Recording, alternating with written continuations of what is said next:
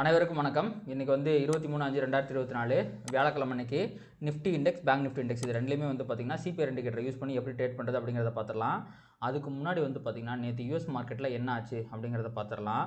நேற்று வந்து பார்த்திங்கன்னா டவ் ஜோன்ஸ் வந்து ஒரு 0.5% வந்து கீழே விழுந்துருக்கிறான். இங்கே பாருங்கள், ட்ரெண்டெல்லாம் உடச்சி S4க்கு பக்கமாக முடிச்சிருக்கிறான். S&P 500மே வந்து பார்த்திங்க அப்படின்னா உங்களுக்கு கீழே தான், S1 கீழே தான் முடிச்சிருக்கான். நாஸ்டாக் மட்டும் வந்து பார்த்திங்கன்னா கொஞ்சம் ஃப்ளாட்டாக சிபிஆருக்கு மேலே முடிச்சிருக்கிறான்.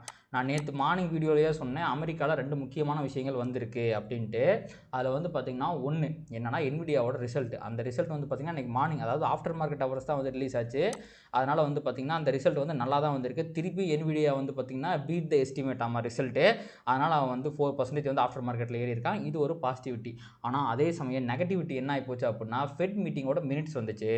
அதாவது இந்த மே மாதம் நடந்துச்சு பார்த்தீங்களா, இந்த மே மாதம் நடந்த போன வாரத்துக்கு முன்னாடி ஒரு நடந்துச்சு நினைக்கிறேன். சம்திங் இந்த ஒரு 2 செகண்ட் வீக்கோ தேர்ட் வீக்கில் நடந்துச்சு.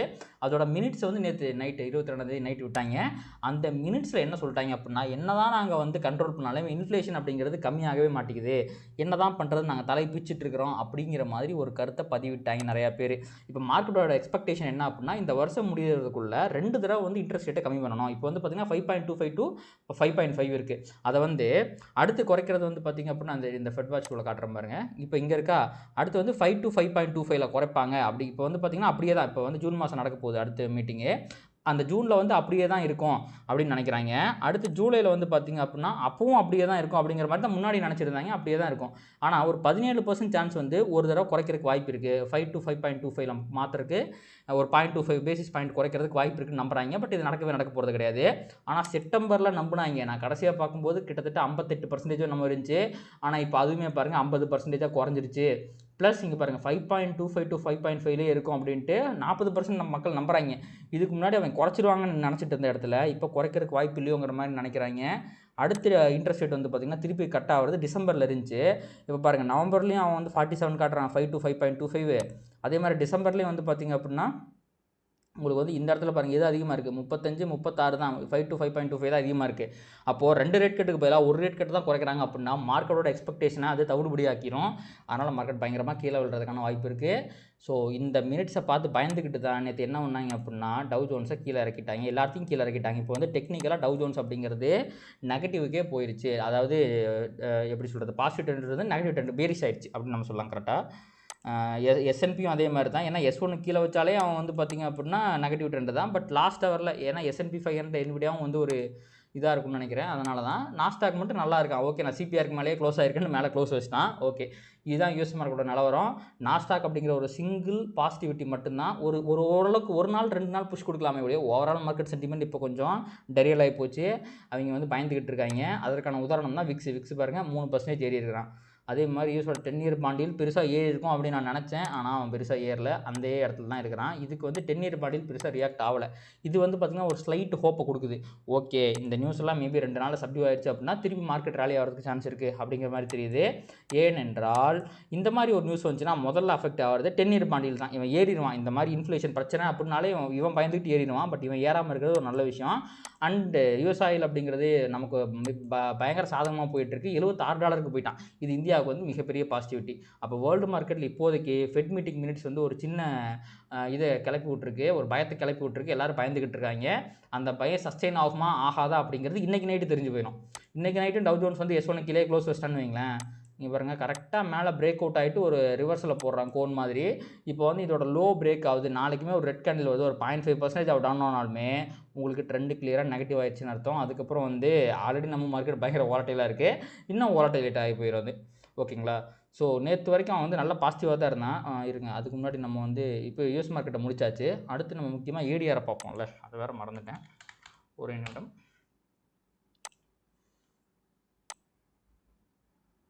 ஓகே, ஏடிஆர் பொறுத்த வரைக்கும் Infosys 1.53 inline with Indian market. ஒரே நிமிஷம் நான் இதையும் எடுத்துடுறேன். ஏன்னா இன்ஃபோசிஸ் 1.44. ஓகே, அடுத்து விப்ரோ பார்த்திங்கன்னா ஃப்ளாட்டு இங்கே பண்ணியிருக்கான். இங்கே வந்து லைட்டாக பாசிட்டிவாக இருக்கான். அடுத்து வந்து ஐசிசி பேங்க் வந்து 85% நெகட்டிவ், HDFC பேங்க் வந்து ஃப்ளாட்டு. இங்கே எப்படியா இருக்குது, HDFC பேங்க் ஃப்ளாட் கரெக்டாக இன்லைன் வித் இந்தியன் மார்க்கெட் தான் இருக்குது. விப்ரோ மட்டும் லைட்டாக ஒரு 0.1% வந்து மேலே ஏறி இருக்கான். அது பெரிய சிக்னிஃபிகன்ஸ் கிடையாது. ஸோ இந்தியன் மார்க்கெட்டில் எப்படி க்ளோஸ் ஆச்சோ அதே மாதிரி தான் யூஎஸ் மார்க்கெட்லையும் க்ளோஸ் ஆயிருக்கு. ஏடிஆர் பிரச்சனை கிடையாது. அடுத்து FIDI இவங்க வந்து திடீர்னு வந்து கம்மி பண்ணிட்டாங்க. ஒரு 686 கோடி அப்படிங்கிற மாதிரி வந்து கம்மி பண்ணியிருக்காங்க. ஓகே, இது வந்து ஒரு சின்ன பாசிட்டிவாக பார்க்கலாம். ஆனால் பாருங்கள், இவங்க செல் பண்ணால் தான் இவங்க பை பண்ணுறாங்க.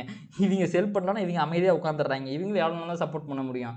But still net institution figure வந்து பாசிட்டிவாக இருக்குது. இதுவே வந்து பார்த்திங்கன்னா மார்க்கெட் ஃபாலோ ஆகும்போது ஒரு ரிவர்சல் வரக்கான வாய்ப்பு இருக்குது அப்படிங்கிறது இண்டிகேட் பண்ணுது. அதுக்கப்புறம் பார்த்திங்க அப்படின்னா உங்களுக்கு இப்போதைக்கு வேர்ல்டு மார்க்கெட் ஃபியூச்சர்ஸ் எப்படி இருக்குன்னா, டவ் ஜோன்ஸ் இன்னும் நெகட்டிவாக தான் இருக்கான். S&P 500 நாஸ்டாக்கும் நான் முன்னாடியே சொன்ன பார்த்தீங்களா, NVIDIA ரிசல்ட் அது பாசிட்டிவாக வந்ததுனால இவங்க 2 பேரும் பாசிட்டிவாக இருக்காங்க. அடுத்து DAX flat, France flat, London flat. என்னங்க மற்ற மார்க்கெட்லாம் பயங்கரமாக இது நெகட்டிவாக முடிஞ்சிருக்கும் போல். நிக்கி மட்டும் லைட்டாக வந்து பாசிட்டிவாக இருக்கான். இவனும் கிட்டத்தட்ட ஃப்ளாட் கணக்கில் தான் வருவான். தைவான் வந்து லைட்டாக நெகட்டிவாக இருக்கிறான். அப்போ வேர்ல்டு மார்க்கெட் எல்லாமே வந்து பார்த்திங்கன்னா ஒரு சின்ன ஒரு நெகட்டிவிட்டியை காமிக்கிறாங்க. மற்ற எல்லாத்தையும் நம்ம தூக்கிடுவோம். ஃபெட் வாட்ச் வழின்னு தூக்கிடுவோம். இப்போ வந்து நம்ம நேற்று நம்ம மார்க்கெட்டில் என்னாச்சு அப்படிங்கிறத பார்ப்போம். ஸோ நேற்று வந்து இந்த நிஃப்டி இருக்கான் பார்த்தீங்களா, ஒரு நிமிடம் இந்த ட்ராயிங்ஸ் எல்லாம் கொஞ்சம் இது பண்ணிட்டு நம்ம சிபிஆர் ஆன் பண்ணிடலாம்.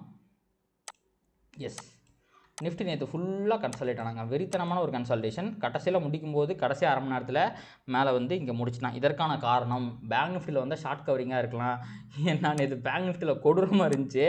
காலையிலேருந்து ட்ரெண்டை பிடிச்சி கீழே போயிட்டு இந்த இடம் தாங்க கரெக்டாக வந்து 250 அன்னைக்கு எதுக்கு இங்கே பாருங்கள், எதுக்கு இவ்வளோ பெருசாக அவங்க கீழே விழுகணும்? எவ்வளோ பாயிண்ட் விழுந்தான்? 275 பாயிண்ட் விழுந்தா 10 நிமிஷத்தில். அப்படியே ஏறுறாங்க, எகிரி குதிச்சு போகிறாங்க மேலே.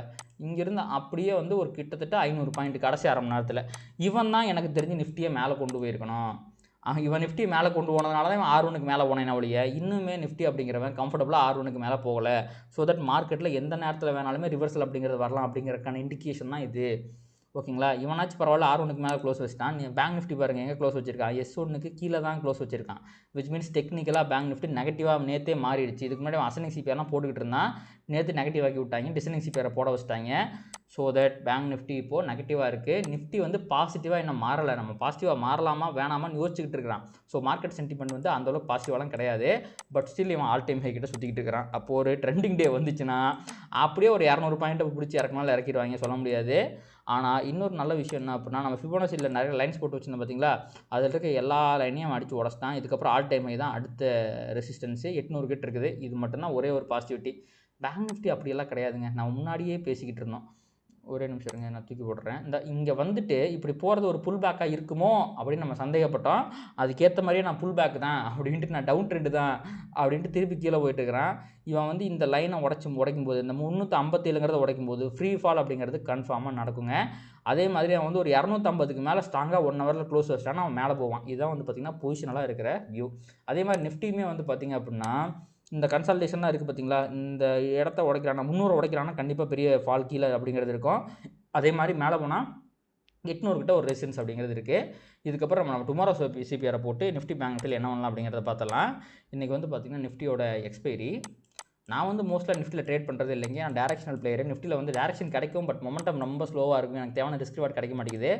பட் நிறைய பேர் நிஃப்டியில் ட்ரேட் பண்ணுறவங்க இருக்கிறாங்க எனக்கு தெரிஞ்சு. ஸோ அவங்களுக்காக தான் நான் நிஃப்டியை பற்றி டெய்லி சொல்கிறேன். பட் மோஸ்ட்லி நான் வந்து பேங்க் நிஃப்டியில் தான் ட்ரேட் பண்ணுவேன். நிஃப்டியில் வந்து பார்த்திங்க அப்படின்னா அசனிங் சிபிஆர் அப்படிங்கிறது வந்திருக்கு. அசனிங் சிபிஆர் வந்துச்சுன்னா மார்க்கெட் புல்லிஷாக இருக்குன்னு தான் அர்த்தம். ஸோ மார்க்கெட் புல்லிஷாக இருந்தாலுமே எனக்கு இன்னும் அவன் R1க்கு மேலே ஒரு நாள் கூட க்ளோஸ் வைக்கல. ஒரு நாள் வந்து பார்த்திங்கன்னா நிஃப்டியோட அந்த ஷார்ட் கவரிங் ரேலியில் வந்து R1க்கு மேலே வந்தான். நேற்று பேங்க் நிஃப்டியோட ஷார்ட் கவரிங் ரேலில் R1க்கு மேலே வந்திருக்கிறான் இவன். அப்போது இவன் 2 பேருமே நம்ப முடியாது. ஸோ தட் இவன் R1க்கு போய் கீழே வர்றான் அப்படின்னா கண்டிப்பாக ரிவர்சல் அப்படிங்கிறது இருக்கிறதுக்கு வாய்ப்பு இருக்குது. அண்ட் மோர் ஓவர் இங்கே பார்த்தீங்களா உங்களுக்கு வந்து ப்ரீவியஸ் டே ஹைக்கும் R1 கடையில் இருக்க டிஸ்டன்ஸ் அதிகமாக இருக்குது. இந்த மாதிரி இருந்துச்சுன்னா இன்றைக்குமே மார்க்கெட் மோஸ்ட்லி கன்சாலிடேட் ஆகிறதுக்கான வாய்ப்புகள் நிறையா இருக்குது அப்படிங்கிறத இண்டிகேஷன். ஸோ தட் மார்க்கெட் R1க்கு போச்சுன்னா கண்டிப்பாக சிபிஆர் வரைக்கும் போகும். அதே மாதிரி சிபிஆர் கிட்ட நிறைய பையிங் அப்படிங்கிறது இருக்குது பார்த்தீங்களா, ஏகப்பட்ட பேர் வந்து கன்சல்டேட் பண்ணியிருக்காங்க, அவங்க திருப்பி ஏற்றுவாங்க. ஸோ இன்றைக்கி மார்க்கெட் ஒரு கன்சல்டேஷனே முடியறதுக்கு நிறைய வாய்ப்புகள் இருக்குது. அதனால் இன்றைக்கி நிஃப்டியை பொறுத்த வரைக்கும் R1 ரிவர்சல் அப்படிங்கிறது ஒரு high probable trading opportunity. CPR reversal, சிபிஆர்லேருந்து ப்ரீவியஸ் டே ஹை வரைக்கும் R1 வரைக்கும் போகிறது ஒரு high probable trading opportunity. Mostly அது ப்ரீவியஸ் டே ஹையில் ரிவர்ஸ் ஆகிடும் நினைக்கிறேன். R1 வரைக்கும் போகிறதுக்கான வாய்ப்புகள் குறைவு. அதே மாதிரி இன்கேஸ் மார்க்கெட் கீழே விழுகுதுன்னா S1 கிட்ட இருந்து திருப்பி மேலே வரதுக்கான வாய்ப்புகள் இருக்குது. அதுவுமே ஒரு ஹை ப்ராபபிள் ட்ரேடிங் ஆப்பர்ச்சுனிட்டி தான் நிஃப்டியை பொறுத்த வரைக்கும். அப்படியே நம்ம பேங்க் நிஃப்டி பக்கம் வந்தீங்க அப்படின்னா அவனுக்கு நீங்கள் நேரோ சிபிஆர் இவன் ட்ரெண்டிங் டே அப்படின்னு காமிக்கிறான். எய்தர் இன்னைக்கு இல்லை நாளைக்கு ஒரு நாள் கண்டிப்பாக பேங்க் நிஃப்டி அப்படிங்கிறவன் ட்ரெண்ட் ஆக போகிறான். அவன் மேலே ஆக போகிறானா கீழே ஆக போகிறானா அப்படிங்கிறத பொறுத்து இருந்தால் பார்க்கணும். ஸோ இப்போதைக்கு வந்து பார்த்திங்கன்னா இந்த ஒரு பேனிக் ஃப்ளோ இருக்குது பார்த்தீங்களா, இங்கே பாருங்கள். நேற்று வந்து இவன் இந்த இடத்துல சப்போர்ட் எடுத்துகிட்டு இருந்தாங்க. ஃபஸ்ட்டு இந்த இடத்துல இது வந்து S2, நேற்றோட S2 அது. இந்த இடத்துல வந்து அவன் சப்போர்ட் எடுத்துக்கிட்டு இருந்தான். அது எது பார்த்திங்கன்னா இதுக்கு முன்னாடி கன்சாலிடேட்னா அதே இடம் திருப்பி வந்து இங்கே கன்சல்டேட் ஆனால் அது என்ன, இதுக்கு முன்னாடி கன்சல்டேட் ஆனால் அதே இடம். அப்போது இந்த இடத்துல பொசிஷன் எடுத்தவங்களும் சரி, இந்த இடத்துல பொசிஷன் எடுத்தவங்களும் சரி, இந்த இடத்துல பொசிஷன் எடுத்தவங்களும் சரி, மார்க்கெட்டை டிஃபெண்ட் பண்ணுறாங்க. அவங்க தான் வந்து பார்த்திங்கன்னா ஒரு பேனிக் லோவை க்ரியேட் பண்ணியிருக்காங்க. இந்த லோ தாண்டிச்சு 1 ஹவரில் 436 தாண்டிச்சுனாலே இவன் பொசிஷனெலாம் வந்து பார்த்திங்கன்னா பேரிஸ் ஆகிறதுக்கு ஏகப்பட்ட வாய்ப்புகள் இருக்குது. ஆனால் 350 முன்னாடி சொன்னாமே அப்படின்னு பார்த்திங்கன்னா அது இங்கே இருக்கிறான். ஸோ சப்போஸ் இந்த இடத்துல எனக்கு தெரிஞ்சு இவங்க எல்லா பொசிஷனையும் கஷ்டப்பட்டு கொண்டு வந்து இங்கே தான் ஏற்றிருக்காங்க. அதனால் எல்லா காசையும் இங்கே தான் போட்டிருப்பாங்க. இதை உடச்சாலே எனக்கு தெரிஞ்சு அவன் மார்க்கெட் பயங்கர நெகட்டிவ் ஆகிறதுக்கு நிறையா சான்சஸ் இருக்குது. அதனால் இந்த ஸோனை இந்த பேனிக் லோவை மார்க் பண்ணி வச்சுக்கோங்க. 440 இதை உடைக்கும் போது ஒரு 1 ஹவர்னாச்சும் கண்டிப்பாக க்ளோஸ் வச்சான்னா அடுத்து ஒரு 500லேருந்து 1000 பாயிண்ட் ஃபர்தராக கீழே விழுறதுக்கு நிறையா வாய்ப்புகள் இருக்குது. இது பொசிஷனலாக. ஸோ தட் இன்றைக்குமே வந்து பார்த்திங்க அப்படின்னா என்ன ஆகும் அப்படின்னா மார்க்கெட் வந்து ஒரு ஃப்ளாட் ஓப்பனிங் தான் காட்டுறான். ஸோ ஒரு ப்ளஸ் ஆர் மைனஸ் ஒரு 100 பாயிண்ட் மாதிரி பேங்க் நிஃப்டி வந்து ஓப்பன் ஆகிறதுக்கான வாய்ப்புகள் இருக்குது. ஸோ இன்றைக்கி வந்து ட்ரெண்டிங் டே அப்படிங்கிறதுனால நம்ம வந்து ட்ரெண்டிங் தான் எடுக்கணும். அதாவது மேலே போனால் மேலே போகிறான்னு எடுக்கணும், கீழே போனால் கீழே போகிறான்னு எடுக்கணும். ரிவர்சல் ட்ரேடு பெருசாக எடுக்க முடியாது. ஸோ ஆனால் இதில் ஒரே ஒரு விஷயம் என்னென்னா R1 ரிவர்சல் மட்டும் எடுக்கலாம். ஏன்னா அது டிசனிங் சிபிஆர். அதனால் அப்போது மேலே போய் R1 கிட்ட ரிவர்ஸ் ஆகிறான் அப்படின்னா அது ஒரு ஹை ப்ராபபிள் ட்ரேடிங் ஆப்பர்ச்சுனிட்டி. அதையும் தாண்டி போயிட்டான்னா விட்டுருங்க, பார்த்துக்கலாம், நாளைக்கு பார்த்துக்கலாம். சப்போஸ் R1 வந்து ஸ்டாப் லாஸ் ஹிட் ஆகுதுன்னா ஒரே ட்ரேடில் முடிச்சிருங்க, நாளைக்கு பார்த்துக்கலாம். ஸோ R1ல் ரிவர்ஸ் ஆனால் இந்த சிபிஆர் அப்படிங்கிற நேரோ சிபிஆராக இருக்கிறதுனால கீழே S1 வரைக்கும் வரதுக்கான வாய்ப்புகள் நிறையா இருக்குது. ஸோ பெரிய மூவ்மெண்ட்டை உங்களால் கேப்சர் பண்ண முடியும். பட் அதுக்கு நடுவில் இந்த இடத்துல ஒரு கன்சல்டேஷன் இருக்குது. அவனை மட்டும் பார்த்துங்க. இந்த இடத்துல அவன் லைட்டாக ரிவர்ஸ் ஆகி திருப்பி கீழே வரதுக்கான வாய்ப்பு இருக்குது. ஸோ நீங்கள் வந்து ரொம்ப நேரம் காத்திருக்கிற மாதிரி ஒரு சூழ்நிலை ஏற்படுறதுக்கு வாய்ப்பு இருக்குது. ஸோ அஸ் அ பையராக உங்களால் இந்த பெரிய மூவ்மெண்ட்டை கேப்சர் பண்ணுறது ரொம்ப கஷ்டம். ஸோ ஏன்னா ரீட்ரேஸ்மெண்ட்டில் உங்களோட MTM ஃப்ளக்சுவேஷனை ஹேண்டில் பண்ண முடியாது. ஸோ நீங்கள் பையராக இருந்தீங்கன்னா R1 ரிவர்சல் ஆகும்போது சிபிஆர் கிட்ட வந்து ப்ராஃபிட்டை புக் பண்ணிடுங்க. சிபிஆர் கிட்ட அது இந்த கன்சல்டேஷன் ஜோன் இருக்குது பார்த்தீங்களா, 835 கிட்ட வரும்போது ப்ராஃபிட்டை புக் பண்ணிடுங்க. சாலிடாக உங்களுக்கு வந்து ஒரு 200 பாயிண்ட் கிடைக்கிற வாய்ப்புகள் இருக்குது. சப்போஸ் நீங்கள் ஒரு செல்லராக இருந்தீங்கன்னா ஈவினிங் வரைக்கும் வெயிட் பண்ணலாம். மேபி S1 தட்டுச்சுன்னா ஜாக் பாட்டான ஒரு 3 to 4% ப்ராஃபிட் கிடைக்கிறதுக்கு நிறைய சான்சஸ் இருக்குது. ஸோ பேங்க் நிஃப்டி பொறுத்த வரைக்கும் இன்றைக்கி ஹை ப்ராஃபிட் ட்ரேட் அப்படிங்கிறது R1 ரிவர்சல் தான். பட் அப்படி இல்லைனா வந்து உங்களுக்கு கீழே சிபிஆர்லேருந்து ட்ரெண்ட் ஆகி கீழே போகிற ட்ரேடு S1 ரிவர்ஸ்லாம் சொல்லலாம். S1ல் சப்போஸ் மார்க்கெட் போய் ரிவர்ஸ் ஆச்சு அப்படின்னா R1 வரைக்கும் போகிறதுக்கான வாய்ப்புகள் இருக்குது. ஸோ ஈவன் வந்து இன்றைக்கி டெக்னிக்கலாக வந்து பார்த்திங்கன்னா நேரோ சிபிஆர் வந்திருந்தாலுமே எனக்கு தெரிஞ்ச மார்க்கெட் ஒரு ட்ரெண்ட் ஆவானா அப்படிங்கிறதுக்கான வாய்ப்புகள் ரொம்ப கம்மியாக தான் இருக்குது. இன்கேஸ் இதை தாண்டி அட்லீஸ்ட் ஒரு 1 ஹவர் இல்லை, ஏன்னா நம்ம இன்ட்ராடேயில் ட்ரேட் பண்ணும்போது 1 ஹவரில் பண்ண முடியாது, 5 to 15 மினிட்ஸ் தான் பார்ப்போம். ஸோ அட்லீஸ்ட் 15 மினிட்ஸில் ஒரு நல்ல கேண்டில், நல்ல ரெட் கேண்டிலோட க்ளோஸ் வச்சா கண்டிப்பாக பெரிய ட்ரெண்டிங் அப்படிங்கிறது இருக்குது. ஆனால் மேலே போகிறது இதுக்கப்புறம் ரொம்ப கஷ்டங்க. கண்டிப்பாக வாட் எவர் இட் இஸ் எங்கே போனாலும் சரி 250 பிடிச்சி கண்டிப்பாக இறக்கிடுவாங்க. அதனால் இந்த R1 தாண்டி 250 கிட்ட வந்தாலுமே இங்கேருந்து ரிவர்ஸில் வரக்கான வாய்ப்புகள் இருக்குது. ஸோ இதுதான் வந்து பார்த்திங்கன்னா பேங்க் நிஃப்டி பொறுத்த வரைக்கும் நம்ம இன்ட்ராடேக்கான அனாலிசிஸ். அண்டு நான் முன்னாடியே சொன்ன மாதிரி இந்த 4ஆம் தேதி வரைக்கும் மார்க்கெட் பயங்கர வாலட்டைலாக இருக்கும். உங்களால் மார்க்கெட் ட்ரெண்டை ப்ரெடிக்ட் பண்ண முடியல அப்படின்னா கண்டிப்பாக stay away from the market. June 4க்கு மேலே மார்க்கெட்டில் ஒரு சானிட்டி வரதுக்கான வாய்ப்புகள் நிறையா இருக்குது. ஸோ அதுக்கப்புறம் நம்ம வந்து பார்த்துக்கலாம். அதுக்கு நடுவில் வந்து பார்த்திங்க அப்படின்னா நீங்கள் வந்து உங்களுடைய கேபிட்டல் லாஸ் பண்ணிட்டீங்க அப்படின்னா அப்புறம் நம்ம சம்பாதிக்கிற காசே இல்லாமல் போயிடும். அதனால் வந்து கொஞ்சம் பார்த்து சூதானமாக பண்ணுங்கள். 1% சப்போஸ் நீங்கள் ட்ரேட் பண்ணாலுமே 1%க்கு மேலே லாஸ் பண்ணாதீங்க. அதனால் உங்களுடைய எதுவுமே ஆகாது. உங்களுக்கு ஒரு எக்ஸ்பீரியன்ஸ் மட்டும் கிடைக்கும் ஒரு சின்ன லாஸோட. ஓகேங்களா? So wait till June 4. And இதோட இன்றைக்கி நம்ம அனாலிசிஸை முடிச்சுக்கலாம். கண்டிப்பாக இந்த வீடியோ நிறைய பேருக்கு யூஸ்ஃபுல்லாக இருந்திருக்கும்னு நம்புகிறேன். எல்லாத்துக்குமே யூஸ்ஃபுல்லாக இருந்திருக்கும். ஸோ தட் இந்த வீடியோ லைக் பண்ணுங்கள், கமெண்ட் பண்ணுங்கள், ட்ரேட் பண்ணுற மற்ற நண்பர்களுக்கு ஷேர் பண்ணுங்கள். ஏன்னா அது யூடியூப்பில் இருக்கிறத நம்ம ட்ரிகர் பண்ணி இன்னும் நிறைய பார்வையாளர்கள் நம்ம சேனலுக்கு கொண்டு வந்து சேர்க்கும். நன்றி.